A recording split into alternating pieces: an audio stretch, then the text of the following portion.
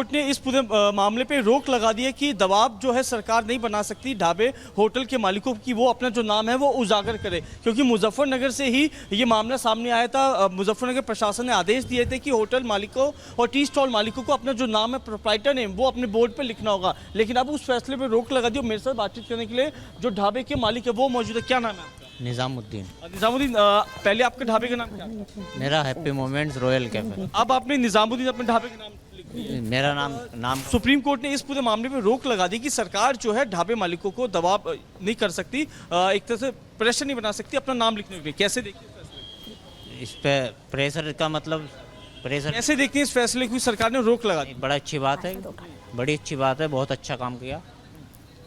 अगर ये रोक लगा दी तो नाम से देखो सबके कामों में फ़र्क पड़ा हुआ है, खाली नाम से। आपने नाम लिखा था, कोई फर्क पड़ा था? हाँ फ़र्क पड़ा था। मेरा खुद का मानना, मैं 24 घंटे की ड्यूटी कर रहा हूँ। 24 घंटे की ड्यूटी में मेरा 30% काम है, 70% काम ख़त्म हो गया। बाकी नाम से जो है मोल भाव होने के कारण ऐसा होता है। नाम से जो है अच्छा है, हमारा पहले से हो जाता नाम। जरूरी तो नाम लिखने से कई रोजगार में कुछ गिरावट आई? रोजगार में गिरावट आई। 30% काम रह गए, 70% खत्म हो गए। ये नाम जो है अब 15 दिन के पहले भी डल सकते थे, 1 महीना पहले डल जाते तो कोई फर्क ना पड़ता। और भी यहाँ पे ढाबे वाले हैं, ये देखिए, पहले यूपी 12 किंग कैफे था, अब ढाबे का नाम मोहम्मद खालिद मोहम्मद शादाब जो ओनर था उनसे बातचीत करते हैं। भैया ये बताइए, सरकार का जो फैसला है उस पर सुप्रीम कोर्ट ने कहा है कि इस पे आप किसी मालिक पे दबाव नहीं बना सकते नाम उजागर करने के। कैसे देखते हैं इस फैसले? देखिए, पुलिस प्रशासन का निर्देश मानते हुए हमने अपना नाम लिखा लिए थे, और लेकिन थोड़ा सा हम चिंतित थे इस चीज़ को लेकर के कि फ़र्क पड़ेगा काम पे। अब चूँकि सुप्रीम कोर्ट का जो ऑर्डर आया है इस पर रोक लगाने के लिए, तो हमें इससे थोड़ी राहत भी मिलेगी, खुशी मिलेगी। और जो हमें तैयारी कावड़ियों को लेकर के करनी थी उसको हम खुल के कर पाएंगे। हमें थोड़ी इस बात की चिंता थी कि हम कारोबार पे फ़र्क पड़ेगा।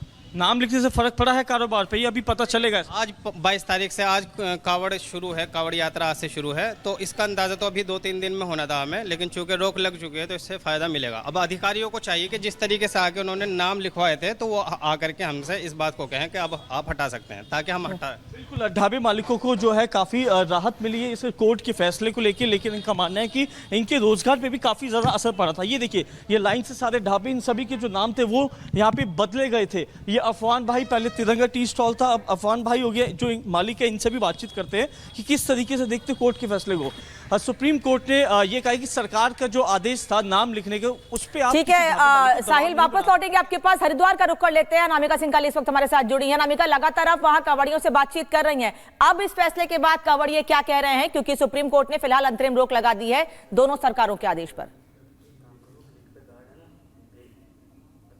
देखिए, सुप्रीम कोर्ट की ओर से जो ढाबे वाले हैं उनको तो राहत है, लेकिन कांवड़ियों को सोचना पड़ेगा। शंका जो है उनके मन की बनी रहेगी कि वो कहाँ रुके, कहाँ खाए, कहाँ रुक करके ना खाए, कहाँ पे उनके लिए खतरा हो सकता है, या लहसुन प्याज या नॉनवेज हो सकता है, ये सोचना इनको खुद पड़ेगा। सुप्रीम कोर्ट ने जिस तरीके से अब कह दिया है, रोक लगा दी है, ढाबे वालों को तो राहत दे दी है, लेकिन अब आप लोगों के लिए जो शंका है वो ज्यादा बढ़ जाएगी कि कहाँ खाए, क्योंकि कोई पहचान बताएगा नहीं अपनी। ऐसे में क्या करेंगे आप? पूछताछ करो उससे कि आप कौन हो, कैसा हो, पूछना चाहिए उससे कि मतलब ढाबे वाले से जो भी है पूछो, आप हिंदू हो, मुस्लिम हो, या कैसे है, लहसुन प्याज का खाना दे रहे हो, ये भी अगर लहसुन प्याज का दे रहे हो, तो ये तो कांवड़ियों को पूछना पड़ेगा, उससे पूछना पड़ेगा जी। लेकिन आप लोगों का प्रेशर ज्यादा बढ़ जाएगा कि पहले पूछताछ करें कि दुकानदार कौन है, मालिक कौन है, क्या पका रहा है, क्या खिला रहा है। जी हाँ। देखिए, जो कावड़िये हैं वो यहाँ पे कह रहे हैं कि अभी ज्यादा पूछताछ करनी पड़ेगी। जो कावड़ रोक करके अपना रेस्ट कर रहे हैं यहाँ पे, मैं कुछ लोगों से और बात कर लेती हूँ जो कावड़िये यहाँ पर रुके हुए हैं। और देखिए, जो कुछ दुकानें अगल बगल लगाई भी गई, जो ढाबे लगाए भी गए हैं, इनको पीने के जो आदेश। यहाँ पर देखिए, जहाँ कावड़ियों को सोचना पड़ेगा, वहीं जो दुकानदार हैं उन्हें राहत मिलती दिखाई दे रही है। जो प्रतिक्रियाएं सामने आ रही हैं, सुजाता भी हमारे साथ जुड़ गई हैं। सुजाता, इस फैसले को कैसे देख रही हैं आप, क्योंकि अंतरिम रोक लगा दी गई और कहा गया है कि अब जब सुनवाई होगी उसके बाद अगला कदम उठाया जाएगा? बिल्कुल, देखिए दोनों ही अधिकारों की बात है। एक व्यक्ति के पास चुनने का अधिकार है, वो कहाँ खाना चाहता है, क्या खाना चाहता है, कहाँ नहीं खाना चाहता, ये उसके चुनने का अधिकार है एक नागरिक के तौर पर। लेकिन दूसरा व्यक्ति जो दुकानदार है उसके साथ भी किसी तरह का भेदभाव नहीं हो सकता, उसकी जाति, धर्म, संप्रदाय या फिर क्षेत्र के आधार पर। हमारे सहयोगी अखिलेश उस वक्त कोर्ट रूम में ही मौजूद थे। अखिलेश, बड़ी अजीब बात है, कोई फॉर्मल आदेश नहीं है, औपचारिक आदेश नहीं है, कोई दोनों सरकारों को रिप्रेजेंट करने वाला यहाँ पर नहीं है, मामला सुप्रीम कोर्ट पहुंच जाता है, अंतरिम रोक भी लग जाती है। बिल्कुल ये बड़ी बात है, क्योंकि 3 बार कोर्ट ने पूछा, जज ने पूछा, बेंच ने 3 बार पूछा कि आखिर यूपी सरकार के कोई काउंसिल हैं, कोई नहीं थे। उत्तराखंड के बारे में पूछा, कोई नहीं था। और बार बार यूपी सरकार के बारे में पूछा गया, यूपी सरकार का कोई काउंसिल है। मुझे लगता है अगर वहाँ होता, उसको डिफेंड करने के लिए होता, कुछ अपनी बातें रखता, तो हो सकता है कि स्टे न लगता, वो नोटिस ही जारी तक सीमित हो जाता। लेकिन फिलहाल उन्होंने जिस तरह से एक पक्ष ही वहाँ मौजूद था, उसकी 3 याचिकाएं थी, 3 बड़े सीनियर वकील थे, अभिषेक मनु सिंघवी, हुजैफा अहमदी, CU सिंह, ये 3 बड़े नाम हैं वहाँ मौजूद थे। उन्होंने बार बार कहा कि 100 लोगों को जो करीब करीब नौकरी से वंचित होना पड़ रहा है, उनके जीने का अधिकार का वायलेशन है, संविधान में इस तरह से नहीं किया गया, और आर्थिक मौत तक की बात उन्होंने कह दी। लेकिन कोर्ट के सामने कोई दूसरा पक्ष नहीं था, इसलिए कोर्ट ने रोका। टेक्निकली ये भी है ना, जब यूपी सरकार का औपचारिक आदेश ये है ही नहीं, तो जो उनके रिप्रेजेंटेटिव आते वो डिफेंड किसे करते, क्या कहते? जरूर कुछ कहते, वो कहते कि हमारा आदेश नहीं है। हमने यहाँ तक इन लोगों ने कहा है कि मुजफ्फरनगर पुलिस ने जो मैसेज दिया है उसमें बड़ी चालाकी से स्वैच्छिक लिखा हुआ है, जो कि समझ में नहीं आता है।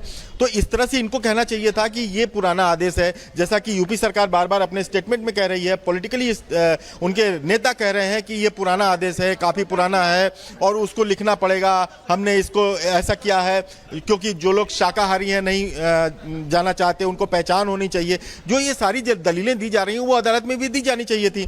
लेकिन यहाँ पे यूपी सरकार का कोई काउंसिल मौजूद नहीं था, 3 बार पूछा गया। लेकिन फिलहाल कोर्ट ने 4 दिनों के लिए ही रोका है। अगर 4 दिनों बाद 26 तारीख को इसकी सुनवाई होगी और 26 तारीख को वो अपनी बात कोर्ट के सामने समझा ले जाएंगे, तो हो सकता है कोर्ट इस जो स्टे लगाया उसको वैकेट कर ले और आगे की सुनवाई करे। लेकिन इस दौरान बड़े गंभीर सवाल उठाए गए, इसके दूरगामी परिणाम की बात कही गई, आर्थिक बहिष्कार एक संप्रदाय विशेष का होने की बात कही गई। जस्टिस ने यह भी कहा कि आप इस बात को जितना है ग्राउंड पर उससे उतनी ही बात कीजिए, बढ़ा चढ़ा कर। बिल्कुल, उन्होंने कहा कि इस तरह से हाइप मत कीजिए। उन्होंने एक उदाहरण भी दिया कि हम एक केरल में जाते हैं, एक जज जस्टिस SBN भट्टी का है, हम केरल में जाते हैं, केरल में एक जो शाकाहारी मुस्लिम का होटल है वहाँ जाते हैं क्योंकि हमें वहाँ साफ सफाई हाइजीन मिलता है।